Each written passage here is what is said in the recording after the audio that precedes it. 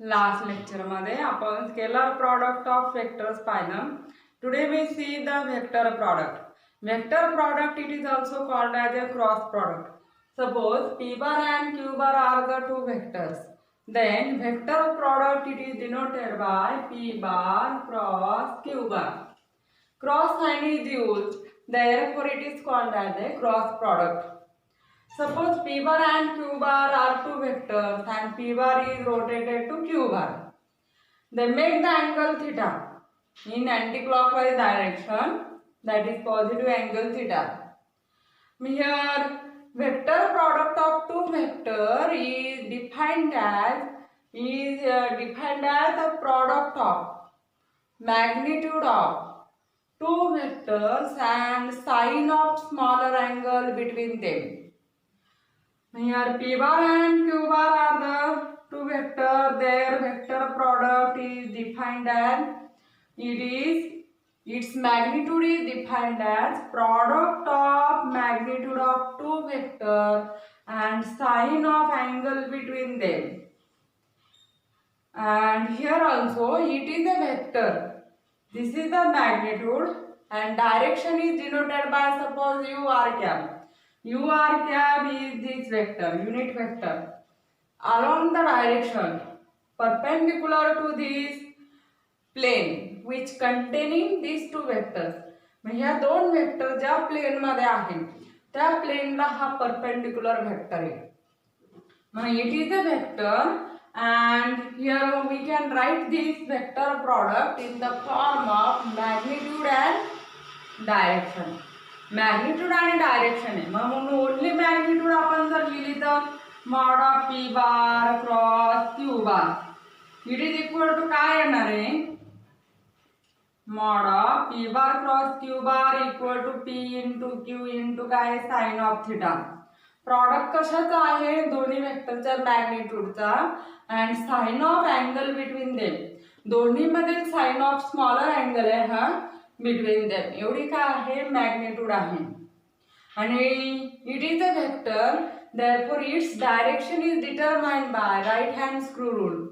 Suppose this is the head of a screw and it is rotated in the direction right side. right side ने काय केलं आपण rotate केलं म्हणजे त्याचं स्क्रू आपण स्क्रू आहे त्याचं हा स्क्रू जर रोटेट केला राईट साइडने तर मग ज्या डायरेक्शन मध्ये त्याचं टिप ऍडव्हान्स होईल ती डायरेक्शन म्हणजे काय, ह्या दोन्ही वेक्टरचं काय आहे वेक्टर प्रॉडक्ट आहे. आणि it is represented by P bar cross Q bar. मग हा जो वेक्टर आहे it is perpendicular to this plane containing this two vector. दोन्ही वेक्टर ज्या प्लेन मध्ये आहेत त्या प्लेनला काय परपेंडिक्युलर डायरेक्शन मध्ये राहील. हा काय झाला P bar cross Q bar vector. आणि आपण जर ऑर्डर चेंज केली म्हणजे Q bar to P bar असं जर आपण रोटेट केलं म्हणजे ह्या फॉर्म मध्ये मग काय येणार आहे, it is also the same vector but its direction is opposite. Magnitude same but direction is opposite. Here this vector, that is if we rotate the q bar to p bar, then this vector it gives the q bar cross p bar and its direction is perpendicular to the plane containing both vector and it is opposite to काय आहे p bar cross q bar. p bar cross q bar च्या कसं आहे opposite आहे म्हणजे हा upward डायरेक्शनला असेल तर हा काय डाऊनवर्ड डायरेक्शनला राहील. मग यातला कसं घेता येईल आपल्याला Q bar cross P bar. It is a vector suppose R bar. हा आर बार वेक्टर आहे आणि सपोज अनदर वेक्टर आपण हा आर बारने डिनोट केला तर हा आपण काय करू एस बारने काय करू डिनोट करू कारण सेम वेक्टर नाही डायरेक्शन कशी अपोजिट आहे.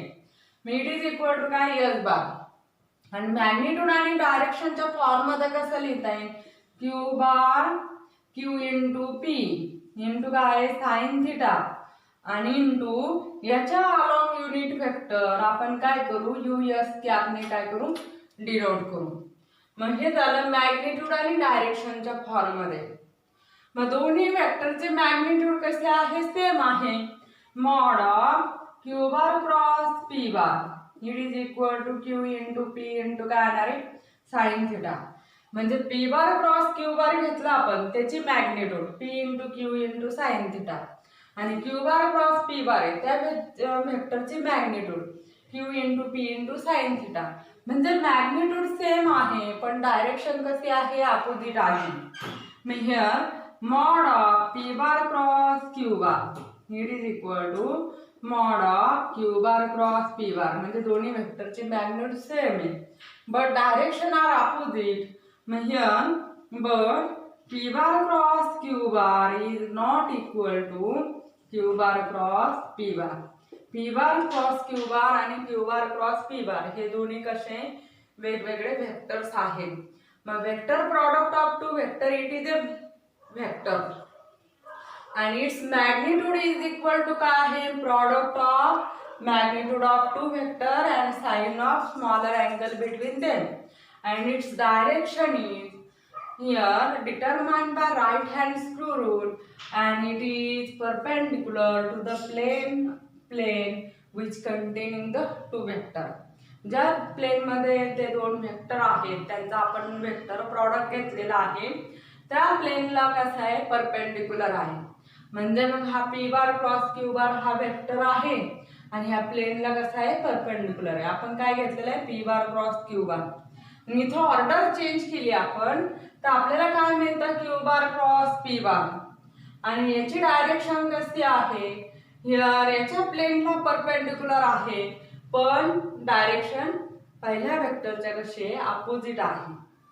मग दोन्ही वेक्टर मॅग्निट्यूडने सेम आहे त्यांची मॅग्निट्यूड कशी आहे सेम आहे डायरेक्शन कशी अपोजिट आहे. म्हणजे आपल्याला काय म्हणता येईल P bar cross Q bar is not equal to काय आहे Q bar cross P bar.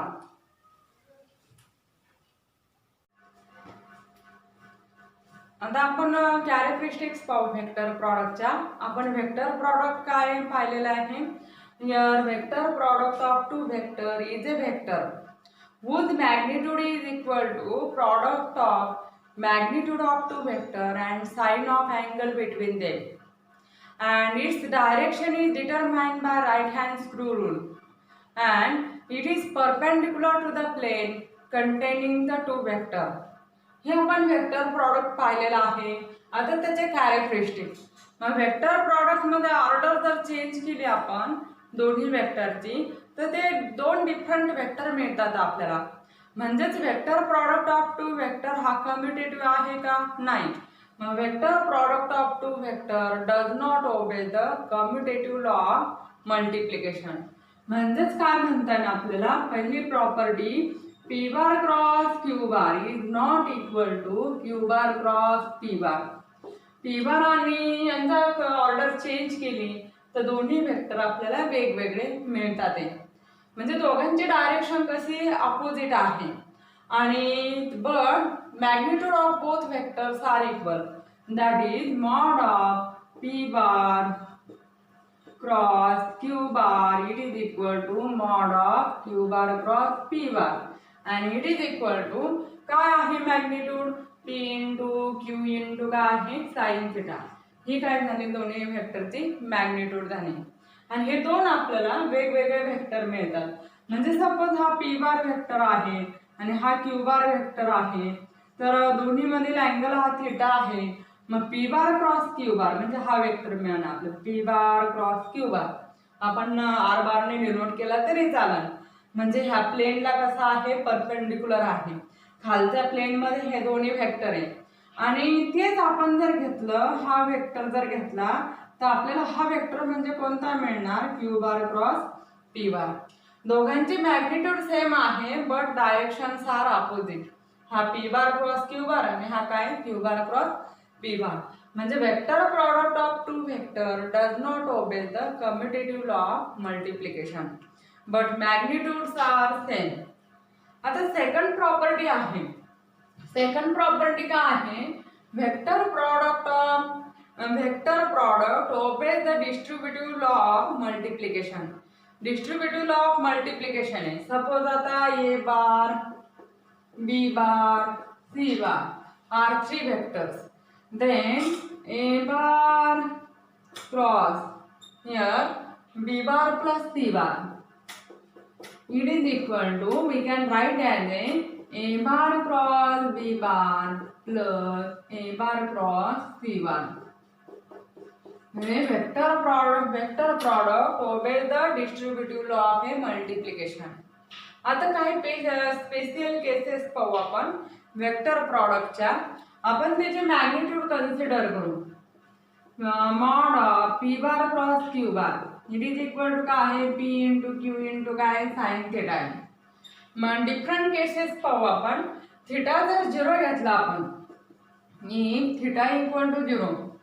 Theta equal to 0 म्हणल्यानंतर दोन्ही वेक्टर कसे राहतील, पॅरलल राहतील. मग दोन वेक्टर जर पॅरलल असेल म्हणजे त्यांच्यामधील अँगल थिटा 0 असेल तर साइन थिटा म्हणजे साइन 0 ची व्हॅल्यू काय आहे, 0 आहे. Then here mod p bar cross q bar म्हणजे दोन्ही वेक्टरचं हे magnitude it is equal to काय येणार आहे, साइन 0 0 टाकल्यानंतर p इंटू q इंटू काय 0 इक्वल टू काय येणार आहे, 0 येणार मॅग्निट्यूड. म्हणजेच आपल्याला काय मिळतं, 0 वेक्टर मिळतो. जर दोन्ही वेक्टर कसे असेल, पॅरलल असेल म्हणजे त्यांच्यामधील अँगल हा काय 0 असेल तर मग त्यांचा क्रॉस प्रॉडक्ट म्हणजे काय राहणार आहे, 0 वेक्टर मिळणार आपल्याला. म्हणजे त्याची मॅग्निट्यूड किती मिळणार, 0 मिळणार. नंतरचे यातला आता हे समजा फर्स्ट केस झाली. सेकंड केस आहे if two vectors are anti parallel. Anti parallel म्हणल्यानंतर असं म्हणजे त्यांच्यामधील अँगल हा किती राहतो, 180 डिग्री. मग थिटा इक्वल टू 180 डिग्री म्हणजे पाय. देन साइन पाय ची व्हॅल्यू किंवा साइन 180 ची व्हॅल्यू किती आहे, 0 आहे. म्हणजे for mod p bar cross q bar it is equal to काय मिळणार आपल्याला, p इंटू q इंटू 0 म्हणजे किती मिळतं, 0 मिळतं. म्हणजे दोन्ही वेक्टर पॅरलल असेल किंवा अँटी पॅरलल असेल तर मग आपल्याला कोणता वेक्टर मिळतो, 0 वेक्टर मिळतो. आणि आता यातली थर्ड केस म्हणजे काय आहे, see theta equal to 90 degree. 90 degree म्हणल्यानंतर म्हणजे π/2. मग दोन्ही वेक्टर कसे आता परपेंडिक्युलर आहेत. मग परपेंडिक्युलर असेल तर साइन 90 ची व्हॅल्यू किती आहे, 1 आहे. मग therefore mod p bar cross q bar it is equal to p into q into sine 90 ची व्हॅल्यू 1 म्हणजे किती येतं, p इंटू q येतं. म्हणजे त्या दोन्ही हे वेक्टर प्रॉडक्टची मॅग्निट्यूड किती येणार आहे, it is the product of magnitude of two vector. Two वेक्टरचा मॅग्निट्यूडचा काय आहे, प्रॉडक्ट आहे. आणि आपल्याला काय मिळेल, इट इज द वेक्टर मिळाल. आणि तो वेक्टर म्हणजेच काय राहणार आहे, सपोज आता आपण रेक्टेंग्युलर कोऑर्डिनेट ऍक्सिस घेऊ. रेक्टेंग्युलर कोऑर्डिनेट ऍक्सिस म्हणजे x y आणि z असा ऍक्सिस घेऊ आपण. इथं आता मॅग्निट्यूड कन्सिडर केलेली मग ते सुद्धा आपल्याला वेक्टरच मिळेल. म्हणजे सपोज हे काय आय कॅप म्हणजे x ऍक्सिस, जे कॅप म्हणजे y ऍक्सिस च्या अलॉंग युनिट वेक्टर आणि के कॅप म्हणजे काय आहे, z ऍक्सिस च्या युनिट वेक्टर. हे कसे आहेत, परपेंडिक्युलर आहेत म्हणजे रेक्टँग्युलर युनिट वेक्टर्स आहेत. मग आपण जर घेतला I cap cross J cap घेतला तर आपल्याला काय मिळणार, इट इज अ वेक्टर आणि ह्या प्लेटला परपेंडिक्युलर असणारा वेक्टर मिळाल. म्हणजे काय मिळाल, के कॅप मिळाल. I cap cross J cap it is equal to काय मिळाल, के कॅप. नंतर आणखीन पुढचं घेतलं आपण ही ऑर्डर, अशी ऑर्डर घेतोय आपण I cap cross J cap equal to काय मिळाल, K cap. J cap cross K cap, J cap cross K cap आपल्याला काय मिळणार, आय कॅप मिळणार आणि K cap cross I cap it is equal to काय मिळणार, याला परपेंडिक्युलर असणारा वेक्टर म्हणजे काय मिळणार आपल्याला, जे कॅप मिळणार. म्हणजे K cap cross I cap it is equal to काय मिळतं आपल्याला, जे कॅप मिळतात. आता आपण ऑर्डर चेंज करू. ऑर्डर चेंज केली तर आपल्याला काय मिळेल, जे कॅप क्रॉस आय कॅप घेतला आपण तर मग डाऊनवर्ड डायरेक्शनचा वेक्टर मिळेल. मग इथं ऑर्डर जर चेंज केली तर आपल्याला काय वेक्टर मिळेल, मायनस मिळणार, मायनस के कॅप. कारण मॅग्निट्यूड सारखी ह्या दोन्ही वेक्टरची डायरेक्शन अपोजिट आहे, म्हणजे पी बार क्रॉस क्यू बारचा निगेटिव्ह वेक्टर म्हणजे हा वेक्टर राहणार क्यू बार क्रॉस पी बार, किंवा क्यू बार क्रॉस पी बारचा निगेटिव्ह वेक्टर म्हणजे हा राहणार. म्हणजेच आपल्याला काय मिळेल, आपण ऑर्डर चेंज केली तर इथं काय मिळेल, याचा निगेटिव्ह वेक्टर म्हणजे आपल्याला काय घेता येईल मायनस के कॅप असं आहे ना. इथं सुद्धा ऑर्डर चेंज केली आपण, के कॅप क्रॉस जे कॅप घेतला तर काय होणार, याचा निगेटिव्ह वेक्टर म्हणजे काय होणार आहे मायनस आय कॅप असं राहणार. आणि I cap cross K cap असं जर घेतलं तर इट इज इक्वल टू काय मायनस जे कॅप. इथं सुद्धा आपण असं लिहू शकतो, काय लिहिता येईल here P bar cross Q bar आणि it is equal to equal लिहायचं असेल तर काय लिहिता येईल minus Q bar cross P bar असं लिहिता येईल. दोन्ही वेक्टरची मॅग्निट्यूड सारखी आहे, डायरेक्शन अपोजिट आहे असं लिहिता येईल आपल्याला. मी इथे सुद्धा काय I cap cross J cap equal to काय मिळतं आपल्याला, I cap cross J cap equal to K cap, J cap cross K cap काय मिळतं आय कॅप, आणि K cap cross I cap काय मिळतं आपल्याला जे कॅप मिळतं. आणि आता ऑर्डर चेंज केली आपण, जे कॅप क्रॉस आय कॅप घेतलं तर याचा निगेटिव्ह वेक्टर म्हणजे मायनस के कॅप मिळणार, K cap cross J cap घेतलं तर मायनस आय कॅप मिळणार, आणि K I cap cross K cap घेतलं तर मायनस जे कॅप.